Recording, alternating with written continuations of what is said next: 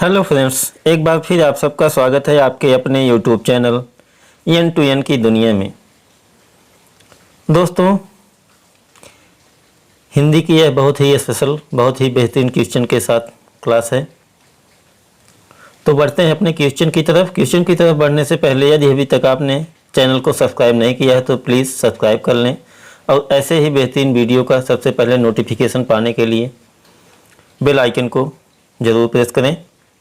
तो आज का पहला क्वेश्चन ये रहा, निम्न में से कौन सा विकल्प वर्तनी की दृष्टि से शुद्ध है? इसके ऑप्शंस हैं दोस्तों, इसका राइट आंसर हो जाएगा डी, अनुकूल। नेक्स्ट क्वेश्चन है, अवधी हिंदी की किस उपभाषा के अंतर्गत आती है? दोस्तों, इसके ऑप्शंस हैं पूर्वी, राजस्थानी, पश्चिमी, बिहारी। दोस्तों, अवधी पूर्वी हिंदी की प्रमुख बोली है। पूर्वी हिंदी की अन्य बोलियों में छत्तीसगढ़ी, बघेली आती है। पूर्वी हिंदी की बोलियों का विकास अर्धमागधी अपभ्रंश से हुआ है। तो इसका राइट आंसर हो जाएगा ए, पूर्वी हिंदी। नेक्स्ट क्वेश्चन है, उपमेय में उपमान की संभावना होने पर अलंकार क्या होता है? तो दोस्तों, इसके ऑप्शंस हैं उत्प्रेक्षा, रूपक, यमक, श्लेष। दोस्तों, इसका राइट आंसर हो जाएगा ए, उत्प्रेक्षा। उपमेय में उपमान की संभावना होने पर उत्प्रेक्षा अलंकार होता है। नेक्स्ट क्वेश्चन है, कृतज्ञ शब्द का विलोम है। तो इसके ऑप्शंस हैं कृतघ्न, अज्ञ, विज्ञ, दुष्ट। दोस्तों, इसका राइट आंसर हो जाएगा ए, कृतघ्न। दोस्तों, कृतज्ञ का विलोम शब्द कृतघ्न होता है। कृतज्ञ का अर्थ किए गए उपकारों को मानने वाला होता है, जबकि कृतघ्न का अर्थ किए गए उपकारों को न मानने वाला होता है। नेक्स्ट क्वेश्चन है, कौन सी बोली राजस्थानी उपभाषा के अंतर्गत नहीं आती है? तो इसके ऑप्शंस हैं गढ़वाली, मालवी, मेवाती, मारवाड़ी। दोस्तों, इसका राइट आंसर हो जाएगा ए, गढ़वाली। गढ़वाली बोली पहाड़ी हिंदी के अंतर्गत आती है, जबकि राजस्थानी उपभाषा के अंतर्गत मालवी, मेवाती तथा मारवाड़ी आती है। पश्चिमी राजस्थानी को मारवाड़ी, पूर्वी राजस्थानी को जयपुरी, उत्तरी राजस्थानी को मेवाती तथा दक्षिणी राजस्थानी को मालवी कहते हैं। नेक्स्ट क्वेश्चन है, निम्न में कौन सा वर्ण दंत्य है? इसके ऑप्शंस हैं ग, न, ज, ड। दोस्तों, इसका राइट आंसर हो जाएगा न, दंत वर्ण है। नेक्स्ट क्वेश्चन है, तुम कहाँ रहते हो कैसा वाक्य है? इसके ऑप्शंस हैं इच्छावाचक, संदेहवाचक, आज्ञावाचक, प्रश्नवाचक। दोस्तों, इसका राइट आंसर हो जाएगा डी, प्रश्नवाचक। तुम कहाँ रहते हो यह वाक्य प्रश्नवाचक है, अर्थात जिस वाक्य में किसी प्रकार के प्रश्न पूछे जाने का बोध हो उसे प्रश्नवाचक वाक्य कहते हैं। नेक्स्ट क्वेश्चन है, निम्न में से कौन सा शब्द अविकारी शब्द नहीं है? तो इसके ऑप्शन है कब, इधर, किंतु, लंबा। दोस्तों, इसका राइट आंसर हो जाएगा लंबा अविकारी शब्द नहीं है। लंबा शब्द अविकारी शब्द नहीं बल्कि विकारी शब्द है, जबकि कब, इधर और किंतु अविकारी शब्द हैं। नेक्स्ट क्वेश्चन है, अक्ष का अर्थ नहीं होता है।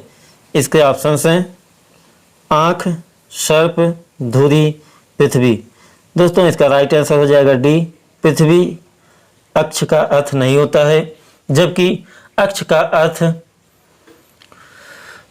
सर्प, आँख, धुरी, ज्ञान, मंडल, रथ, पहिया, कील, आत्मा होता है।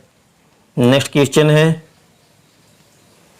रचना के आधार पर वाक्य के कितने भेद होते हैं?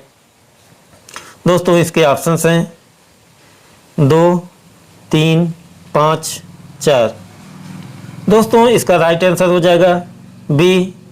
3 प्रकार के होते हैं। रचना के आधार पर वाक्य 3 प्रकार के होते हैं, सरल वाक्य, साधारण वाक्य तथा मिश्र वाक्य, और जिसे संयुक्त वाक्य भी कहा जाता है।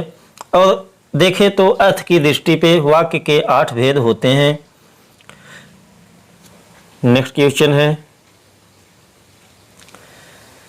चीर चीर चीर शब्द युग्म का सही अर्थ क्या है? इसके ऑप्शंस हैं पुराना कपड़ा, कपड़ा पुराना, वृक्ष पुराना, पुराना वृक्ष। दोस्तों इसका राइट आंसर हो जाएगा ए, पुराना कपड़ा। नेक्स्ट क्वेश्चन है,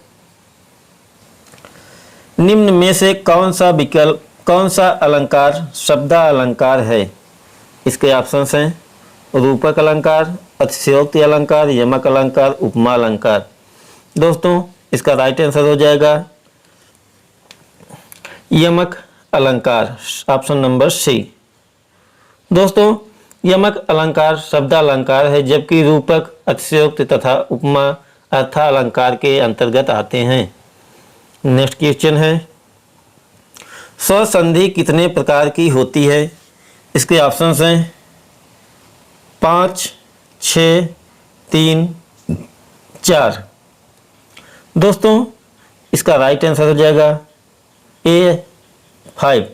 सब स्वसंधि 5 प्रकार की होती है, दीर्घ स्वसंधि, गुण स्वसंधि, वृद्धि स्वसंधि, अयादि स्वसंधि और यण स्वसंधि होता है। नेक्स्ट क्वेश्चन है, नौका का पर्यायवाची नहीं है। दोस्तों इसके ऑप्शंस हैं तरणी, पतंग, तरी, तरी, तटनी।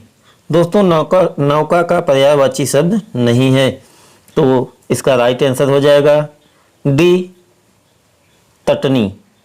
यह नौका का पर्यायवाची शब्द नहीं है। तरणी, पतंग, तरी नौका के पर्यायवाची होते हैं, जबकि तटनी नदी का पर्यायवाची शब्द है। नेक्स्ट क्वेश्चन है,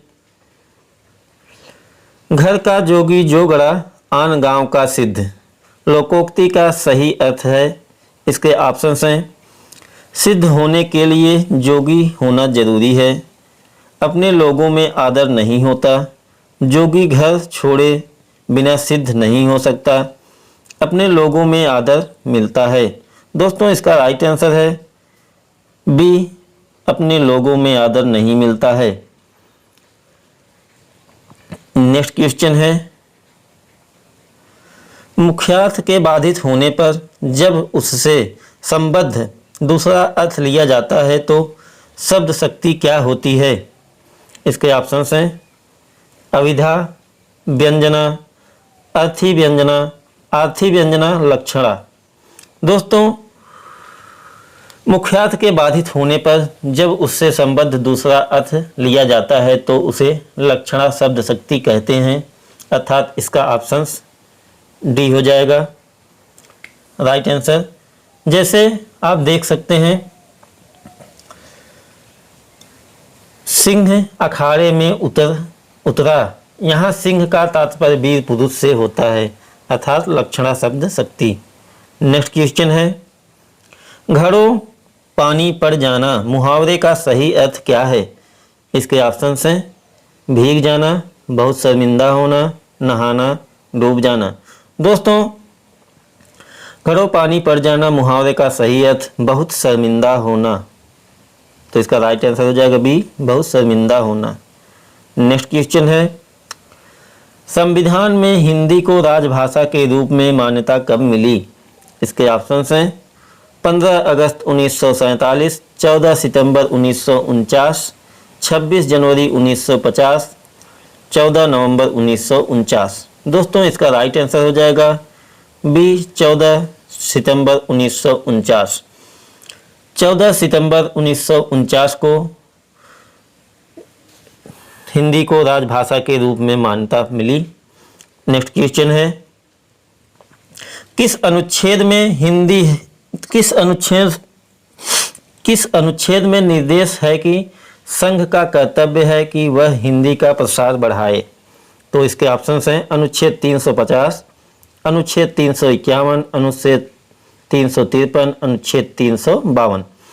दोस्तों, संविधान के अनुसार अनुच्छेद 351 में निर्देशित है कि संघ का कर्तव्य है कि वह हिंदी का प्रसार बढ़ाए, जबकि अनुच्छेद 350 का में प्राथमिक स्तर पर मातृभाषा में शिक्षा तथा अनुच्छेद 350 ख में भाषाई अल्पसंख्यकों के लिए विशेष अधिकारी के नियुक्ति के निर्देश देता है, और अनुच्छेद 352 आपात की उद्घोषणा करता है तथा अनुच्छेद 353 आपात की उद्घोषणा के प्रभाव से संबंधित है। नेक्स्ट क्वेश्चन है,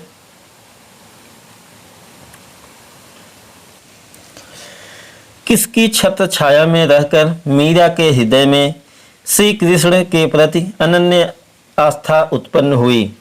इसके ऑप्शंस हैं कर्नल टॉड, राव दूधा, राव रत्न सिंह, मालदेव।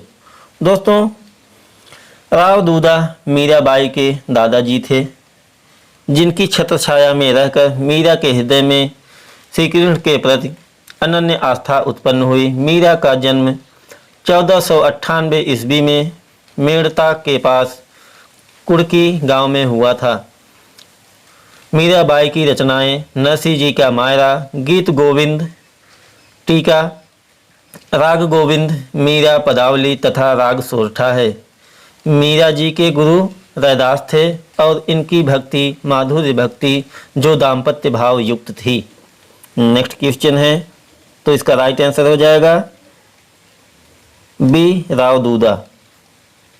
नेक्स्ट क्वेश्चन है दोस्तों, इनमें से कौन सी रचना घनानंद की नहीं है? दोस्तों, इसके ऑप्शंस हैं काव्य मंजरी, इश्कलता, रसभूषण, गबन। दोस्तों, इसका राइट आंसर है बी, इश्कलता घनानंद की रचना है। घनानंद रीत मुक्त काव्य धारा के रीतकालीन कवि हैं। इश्कलता सुजान हित, वियोग वेली, प्रीति पावस इनकी प्रमुख रचनाएं हैं। नेक्स्ट क्वेश्चन है, श्री चंद और लक्ष्मी चंद किनके पुत्र थे? तो इसके ऑप्शंस हैं चंद बरदाई, गुरु हरिश्चंद्र, गुरु नानक देव, संत लाल दास। दोस्तों, इसका राइट आंसर हो जाएगा श्री गुरु नानक देव के पुत्र श्री चंद और लक्ष्मी चंद थे। श्री चंद तथा लक्ष्मी चंद सिखों के आदि गुरु गुरु नानक के पुत्र थे। गुरु नानक का जन्म 15 अप्रैल 1469 में तलवंडी, जो इस समय लाहौर में है, जिसे अब ननकाना साहिब नाम से जाना जाता है। नेक्स्ट क्वेश्चन है, कौन सी कहानी निराला जी की नहीं है? इसके ऑप्शंस हैं कौन सी कहानी निराला जी ने लिखी है? इसके राइट ऑप्शंस दोस्तों, कौन सी कहानी निराला जी ने लिखी है? तो इसके ऑप्शंस हैं पद्मा, रोज, उन्मंदिनी, गोधूली। तो दोस्तों, इसका राइट आंसर हो जाएगा Padma, A, option number A, Padma. Padma Suryakant Tripathi Nirala द्वारा रचित कहानी है और इनकी प्रमुख रचनाओं में लिली, चतुरी चमार, शकुल की बीवी तथा देवी है। नेक्स्ट क्वेश्चन है, रेवंत गिरिदास किसकी काव्य कृति है? इसके ऑप्शंस हैं विजय सेन सूरी, जिन धर्म सूरी, जिन विजय, सुमति गढ़ी। दोस्तों, इसका राइट आंसर है ऑप्शन नंबर ए, विजय सेन सूरी। दोस्तों, रेवंत गिरिदास आदिकालीन कवि विजय सेन सूरी की रचना है, जिसमें तीर्थकर नेमी नाथ तथा की प्रतिमा तथा रेवंत गिरिदास तीर्थ का वर्णन किया गया है। नेक्स्ट क्वेश्चन है, गदाधर भट्ट किस भाषा के प्रसिद्ध कवि थे? दोस्तों इसके ऑप्शंस हैं अवहट्ट, संस्कृत भाषा, ब्रज भाषा, प्राकृत। दोस्तों गदाधर भट्ट भक्ति काल के सगुण काव्यधारा के भक्ति कवि शाखा के कवि थे। ए दक्षिण भारत के तैलंग ब्राह्मण थे। इनकी भाषा ब्रज थी। तो इसका राइट आंसर हो जाएगा ऑप्शन नंबर सी, ब्रज भाषा। दोस्तों आपको ये क्वेश्चंस कैसे लगे कृपया कमेंट में अवश्य बताएं।